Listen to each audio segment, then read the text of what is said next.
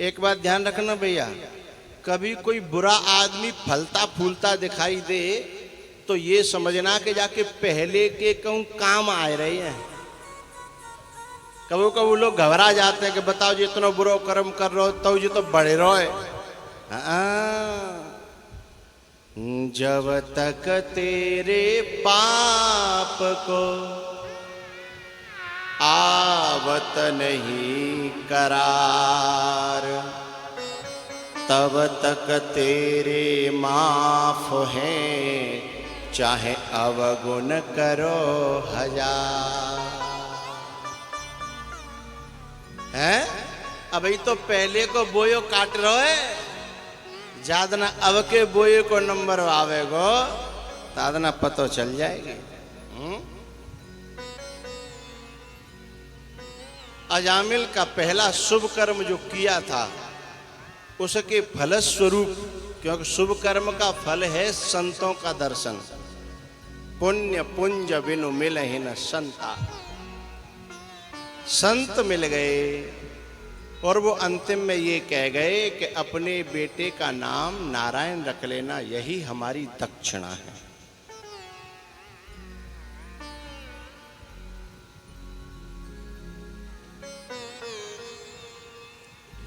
फिर जब उसका अंतिम समय आया तो उसने अपने पुत्र के नाम को पुकारा और उस पुत्र के नाम के सहारे से ही भगवान के दूत आ गए कि हमारे प्रभु का नाम पुकार रहा है ये तो नारायण नारायण।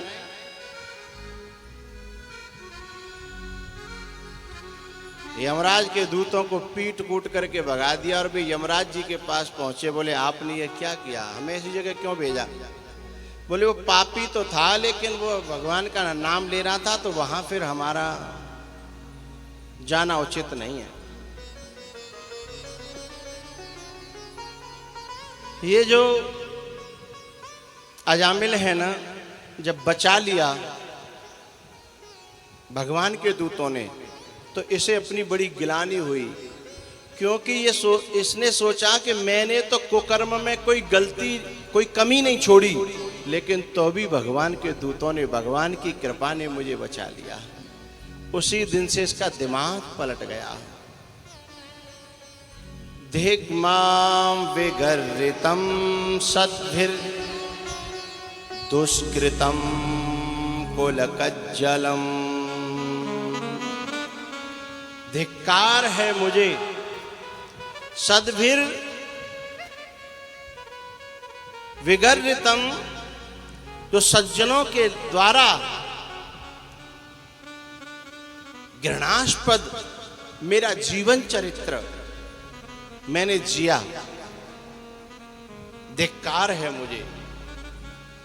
सद्भिर विगर्रितम और दुष्कृतम कुल कज्जलम, मैं पापी और कुल को कलंकित करने वाला,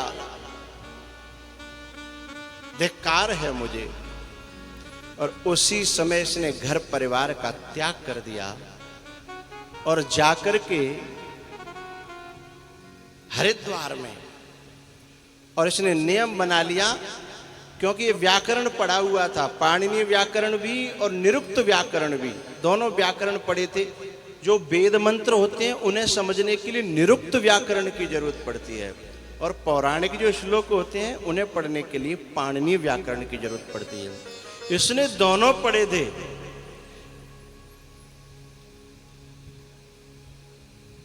तो ये हरिद्वार में जाकर के और इसने एक नियम बांध लिया कि रोजाना श्रीमद् भागवत जी के 10वें स्कंद का पाठ करता था। अब 10वें स्कंद का पाठ करने का मतलब है भगवान श्री कृष्ण की लीलाओं में रमण करना, उनमें डूब जाना।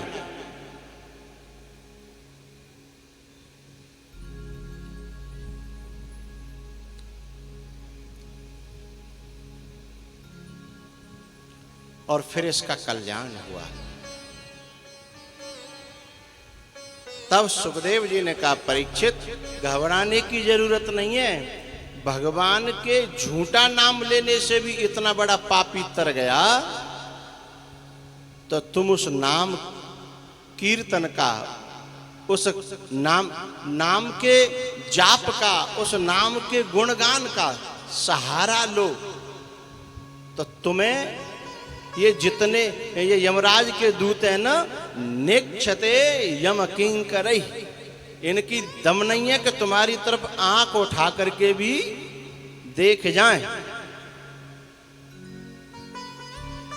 न वै सनरकम याति निक्षितः यम किंकरैः, न इच्छितः, देख नहीं सकते। और इसी बात को गोस्वामी जी ने कहा,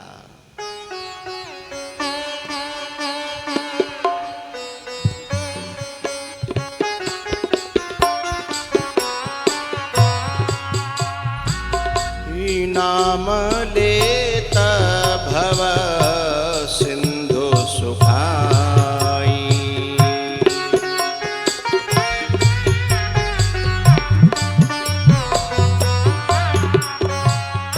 करहु विचार सुजन मन माई।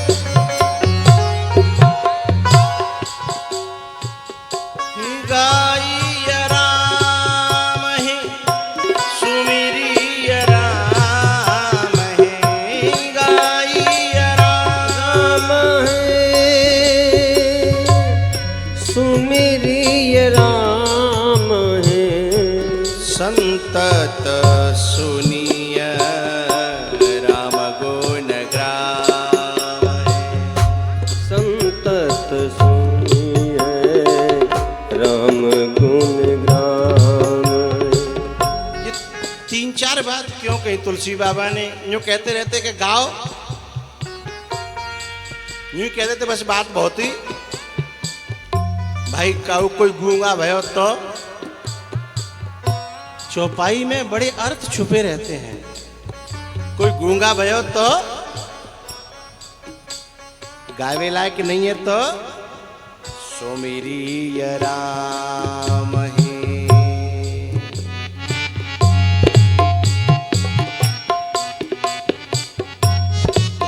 अच्छा बोले कोई गूंगा भी है और बुद्धि कामना कर रही बाकी कौमा में चलेगा, कौमा में माइंड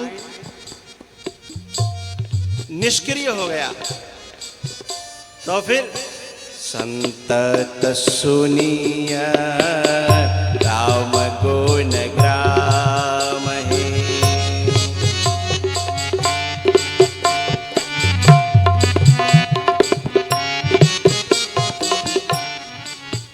पटिया वाले बाबा थे ना, वे कहते हैं, मैंने दर्शन किए उनके,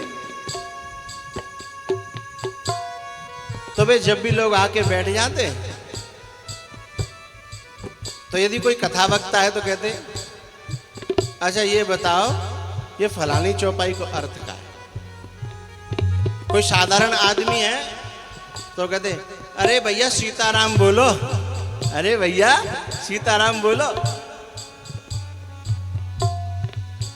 आज उनके ही आदेश पर करे पर 2400 घंटा है, 2400 घंटा जब चले जाओगे, जो बोल रहे हैं उन्हें तो पुण्य मिल ही रहा है, लेकिन जो सुन रहे हैं ना,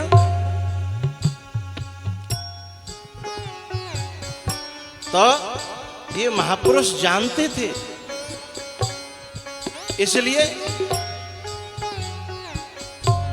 गाय राम है सुनिह राम है संतत सुनिय राम गुण ग्राम है।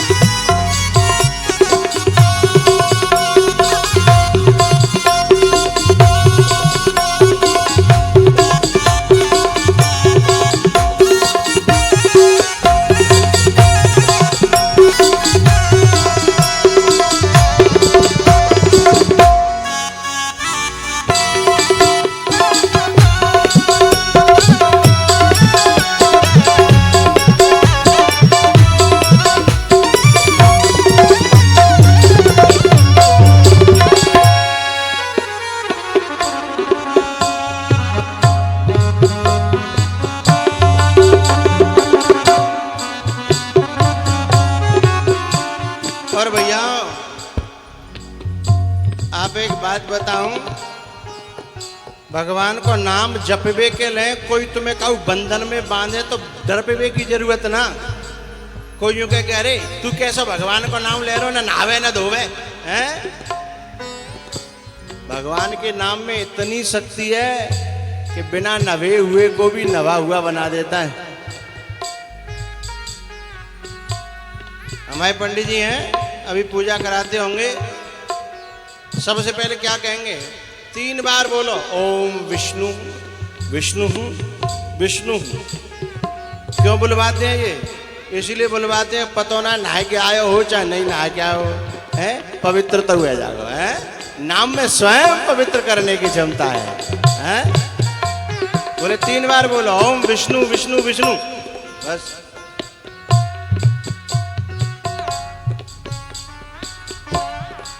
फिर वो अपने मंत्रों का ओम अपवित्र पवित्रो वा सर्वावस्थांगतो विवा।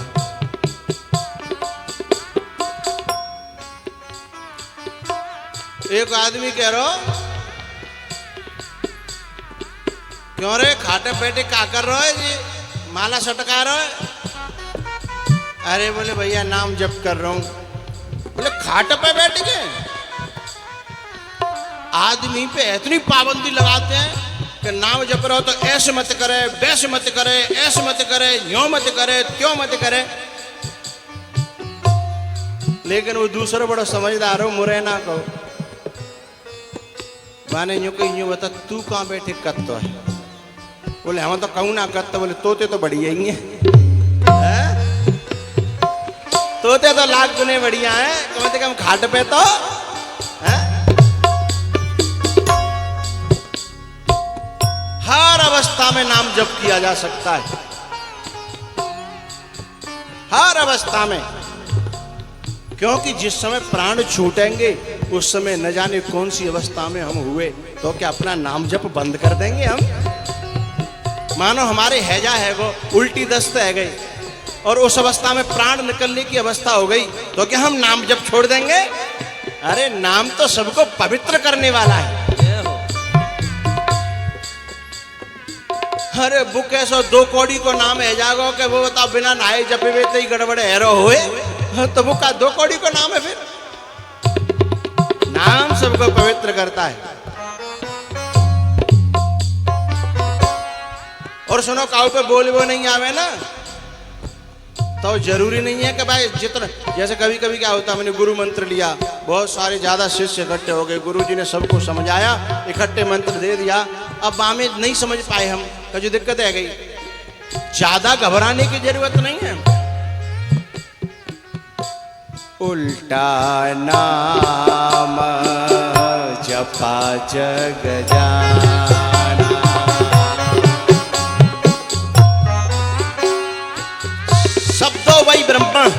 उपनिषद कहती हैं शब्दों वही ब्रह्म, ये सारे शब्द ब्रह्म हैं, सारे शब्द ब्रह्म हैं। तुमने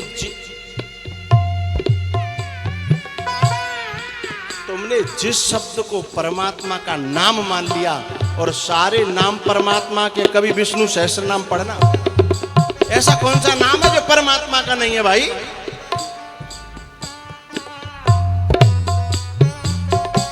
हमने जिसे परमात्मा का नाम मान लिया, जिसे मान करके जप लिया,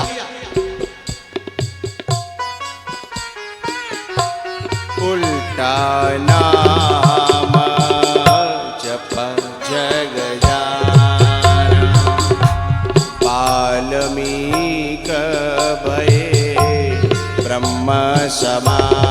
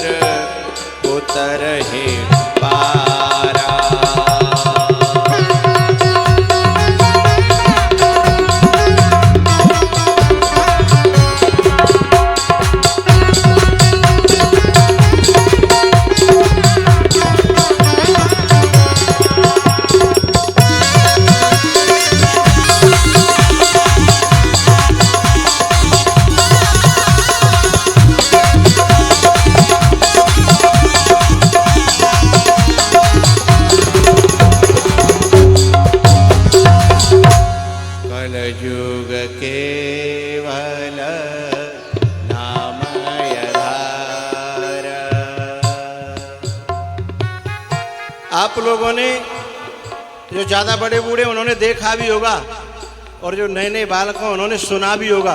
क्या हमारी जो चंबल है ना, ये गंगा मैया है, और इसमें अनेक जगह गंगा जी जगह जगह फूट रही हैं।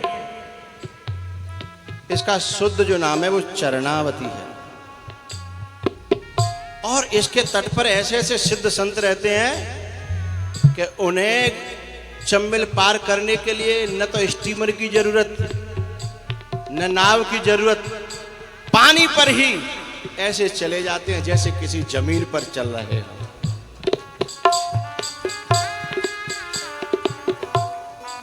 मैंने ऐसे संतों के दर्शन किए हैं, ऐसे संतों के मैंने दर्शन किए हैं। आज पहली बार मैं आपको इसलिए बता रहा हूं, आपकी श्रद्धा बने।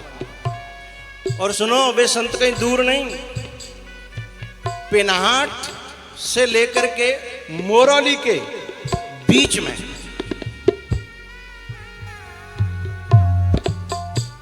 अब आप लोग जिनके बारे में जानते होंगे वो समझ गए होंगे, मुझे बताने की जरूरत है।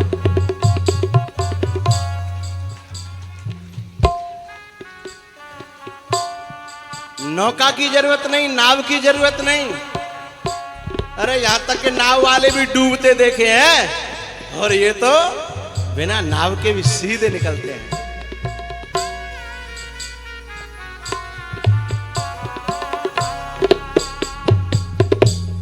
एक संत हैं, बड़े बड़े बड़े अद्भुत संत, चंबिल के रेती में माखन दास बाबा। अवधूत वृत्ति में। जब मैं छोटा सा साधु हुआ, ऐसी गर्मी के दिन थे, मैं चंबल में भ्रमण करता था। उनके यहाँ अखंड रामायण चलती है हमेशा। वो गांव के नंबर बंधे हुए हैं, जैसे पटिया वाले पे राम धुन के बंधे हैं, ऐसे वहां अखंड रामायण के बंधे हैं। 24 घंटा रामचरितमानस। वहां के निवासी हैं ना, उनको रामचरितमानस की चौपाई कंठ में ही नहीं, हृदय तक बस गई है।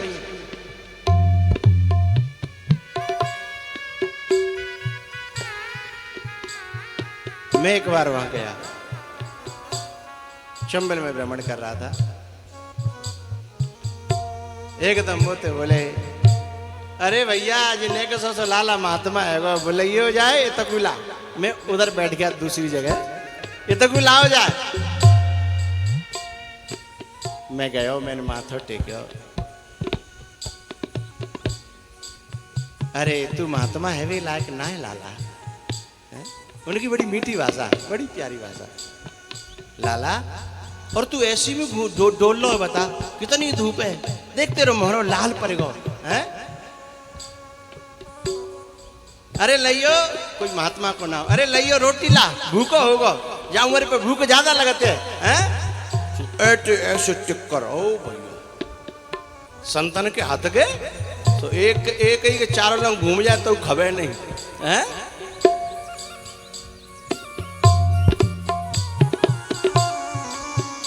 इस बीच में इतने संत, अद्भुत दिव्य और संत हैं, लेकिन मिलते उन्हीं को हैं जिन पे भगवान की और संतों की कृपा होती है। एक बात बताओ, नाम के प्रभाव से जब संत चंबिल तर सकते हैं, तो क्या नाम के प्रभाव से भवसागर नहीं तर सकते क्या? हाँ?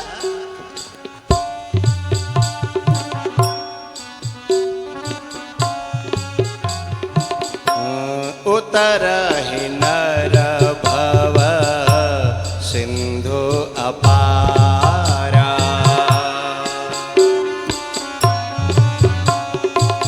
एक बात कहूं भैया, कुछ संत तो ऐसे होते हैं जिन्हें एकांत प्रिय होता है, अपनी साधना में एकांत में रहना चाहते हैं। उन संतों को ज्यादा जाके परेशान मत किया करो। यही उनकी सेवा है कि आप वहीं से याद करो, उनका ध्यान करो, आपको उनका आशीर्वाद प्राप्त हो जाएगा। ये क्योंकि भागवत गीता रामायण सब कह रही हैं कि उनके तो स्मरण से ही कल्याण हो जाता है जीवों का।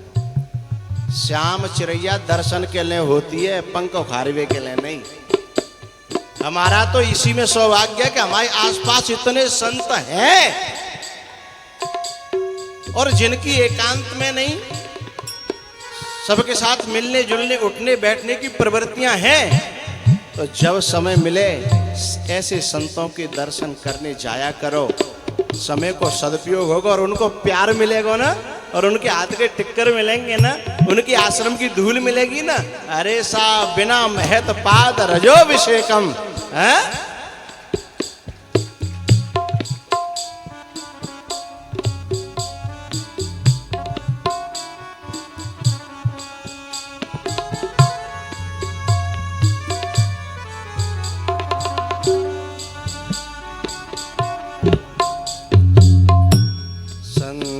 दरस को चालिए तज माया अभिमान। जो जो पग आगे धरे कोटि न यज्ञ समान। माइक बहुत अच्छा सेट है, लेकिन हम पढ़ाई नहीं करेंगे तो मैं नजर लग जाती है फिर। पर ऐसे सेट बहुत अच्छा बोला।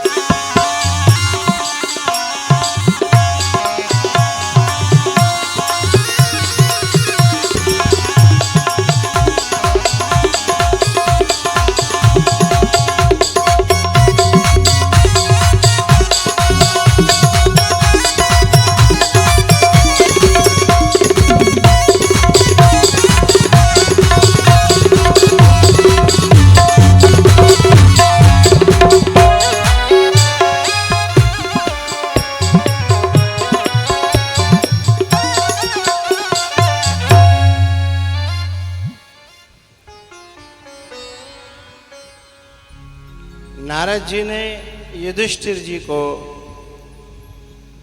उपदेश किया है इस 7वें स्कंध में।